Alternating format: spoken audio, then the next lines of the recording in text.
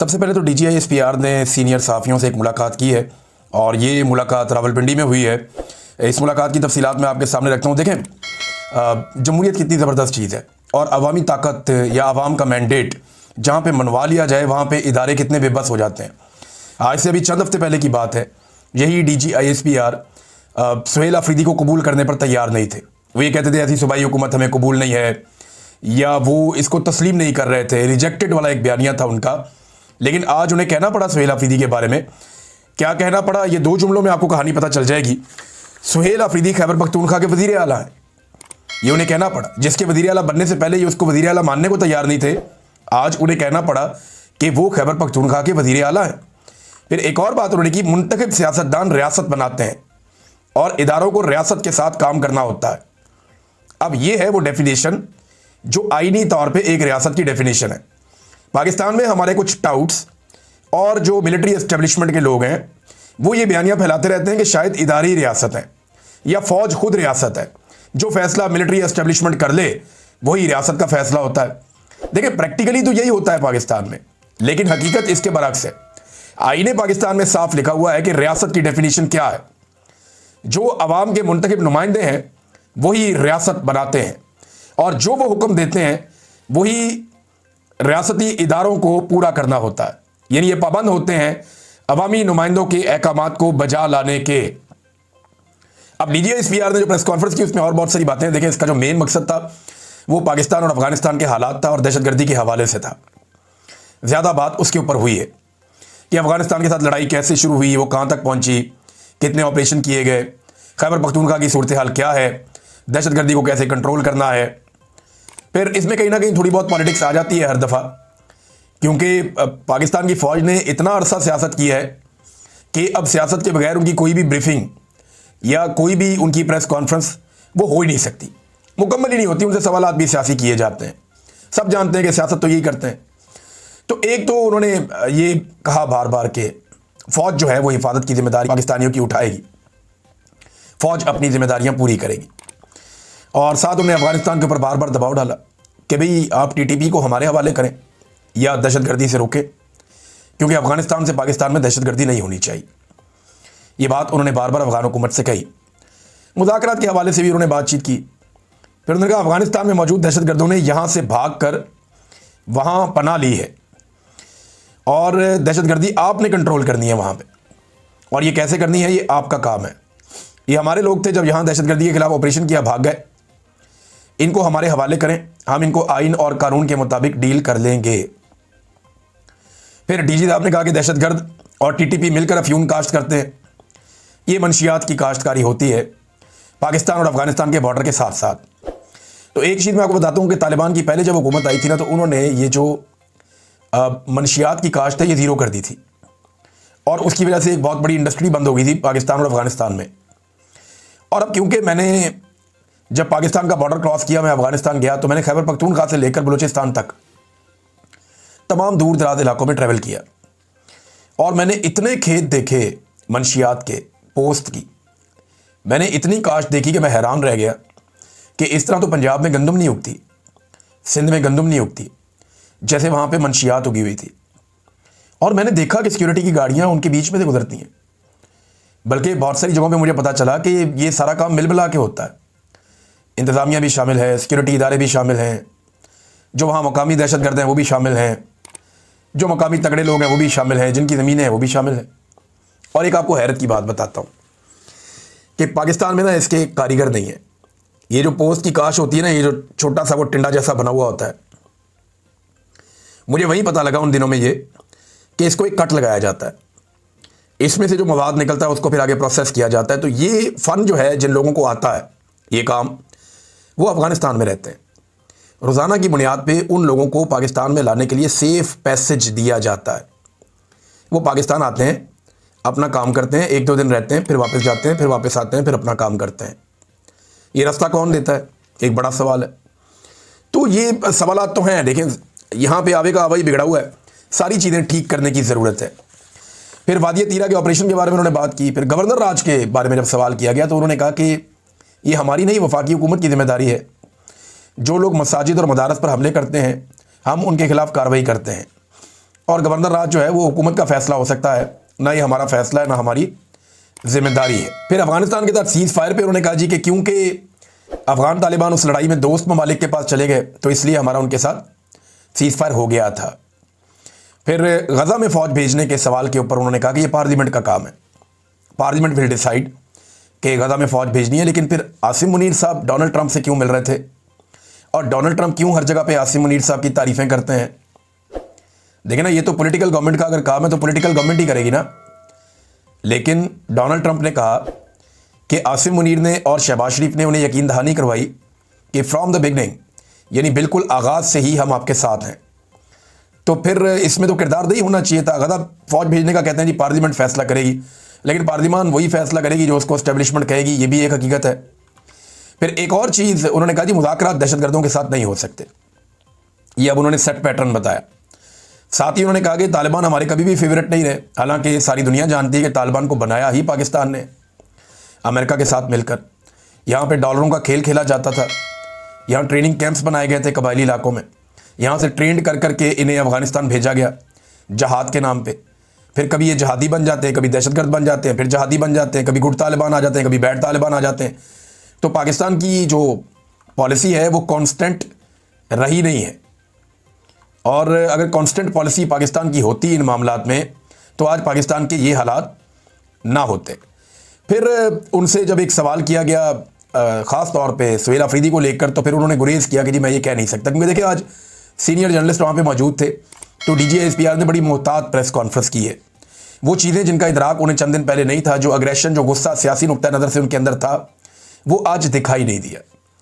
उसकी दो वजूहत हो सकती हैं। एक तो ये कि उन्हें अंदाज़ा हुआ कि उन्हें बहुत बुरी शिकस्त हुई है और हुकूमत पाकिस्तान तहरीक इंसाफ ने अपनी बना ली है, बंदे तोड़ने में कामयाब नहीं हो पाई एस्टेब्लिशमेंट। या दूसरा महीना ये नवंबर एक वजह हो सकता है कि कम से कम नवंबर के महीने में जब तक कि एक्सटेंशन के मामलात नहीं हो जाते, आईनी तरमीम के मामलात नहीं हो जाते, तब तक इससे बाहर रहा जाए। आईनी तरमीम पे उन्होंने कहा ये भी हुकूमत का काम है, हमारा तो नहीं है। हालांकि हुकूमत के लोगों से हम बात करें तो वो कहते हैं जी हमें तो पता ही नहीं है तरमीम क्या आ रही है, ये तो एस्टेब्लिशमेंट बना के हमें दे देती है, और जो हमें बना के दे देती है उसके मुताबिक हमें तरमीम करनी पड़ जाती है।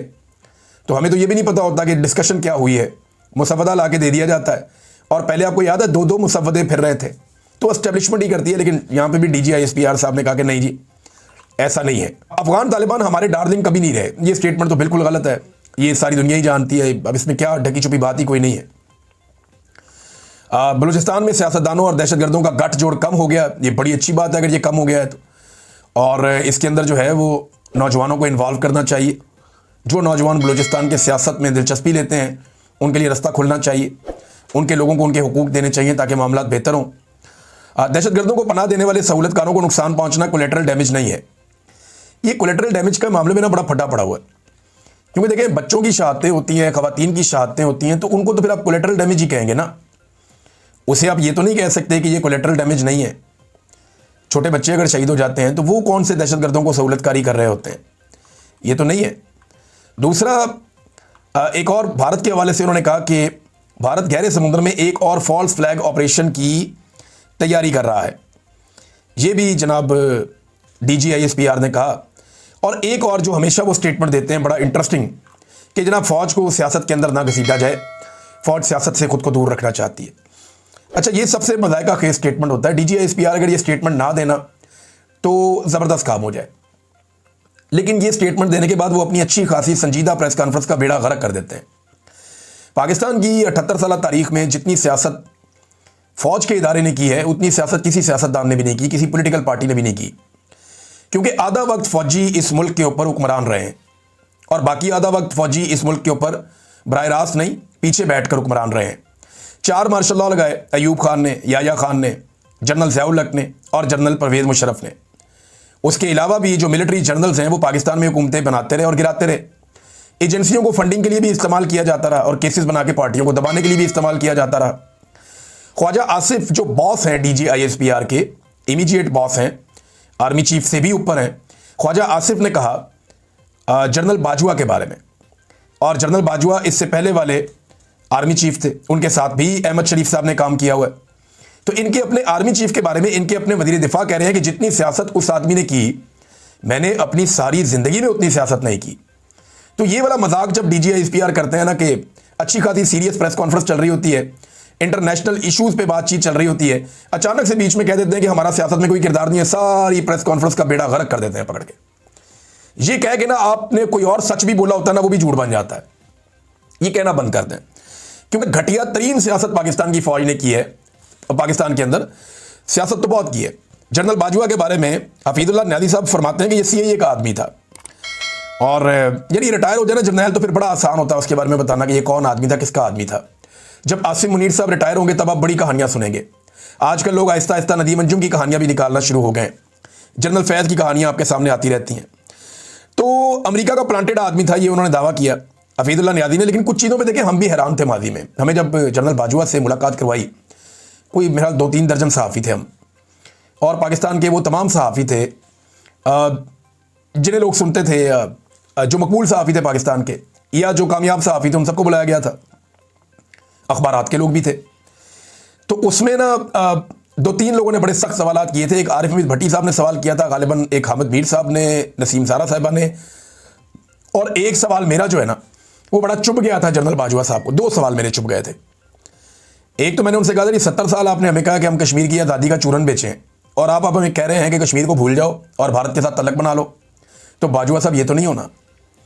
दूसरा मैंने बाजवा साहब से पूछा था कि पाकिस्तान की जो फ़िज़ाई हदूद है, अगर उसको अमेरिका इस्तेमाल करता है ड्रोन्स के लिए या अफगानिस्तान के ऊपर अटैक के लिए, तो क्या पाकिस्तान रोकेगा? क्योंकि पाकिस्तान के वज़ीर आज़म ने एब्सोल्युटली नॉट कहा हुआ है।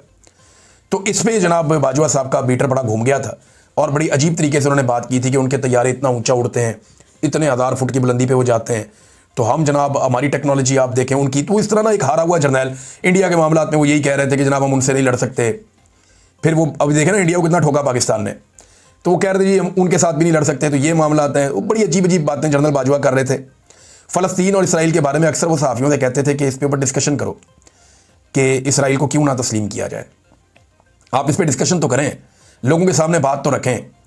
तो ये आज हफीजुल्लाह न्यादी साहब ने बड़ा खुलकर कह दिया कि अमेरिका का प्लांटेड आदमी था और सीआईए का एजेंट था जनरल बाजवा। अब देखना यह है कि ये जो अभी जर्नैल हैं जब ये रिटायर होंगे तो इनके बारे में फिर मुस्तकबिल में हमें क्या पता चलता है, बड़ा इंपॉर्टेंट है। एक और चीज़ मैं आपके सामने रखता हूँ कि तालिबान ने एक बड़ा खौफनाक इल्ज़ाम लगाया पाकिस्तान के ऊपर। उन्होंने कहा जी अमरीकी ड्रोन जो है वो पाकिस्तान की फ़िज़ाई हदूद से अफगानिस्तान में दाखिल हो रहे हैं और अफगानिस्तान के अंदर अटैक कर रहे हैं। अब देखें ना, अमरीकी ड्रोन या तो पाकिस्तान की सरजमीन से ज़मीन को इस्तेमाल करेगा और आ जाएगा, यहाँ से उड़ के चला जाएगा अफगानिस्तान, या वो किसी और मुल्क को क्रॉस करके अफगानिस्तान पहुँचेगा। क्या अमरीकी ड्रोन जो है वो ईरान को क्रॉस करके जा रहा है? तो ईरान के साथ जो अमरीकी ताल्लुकात हैं वो तो नहीं लगता। सेंट्रल एशिया की तरफ से आएगा तो वहाँ तो रशिया है, और वहाँ इस तरह की सहूलत है नहीं अमेरिका के पास। चाइना आने नहीं देगा।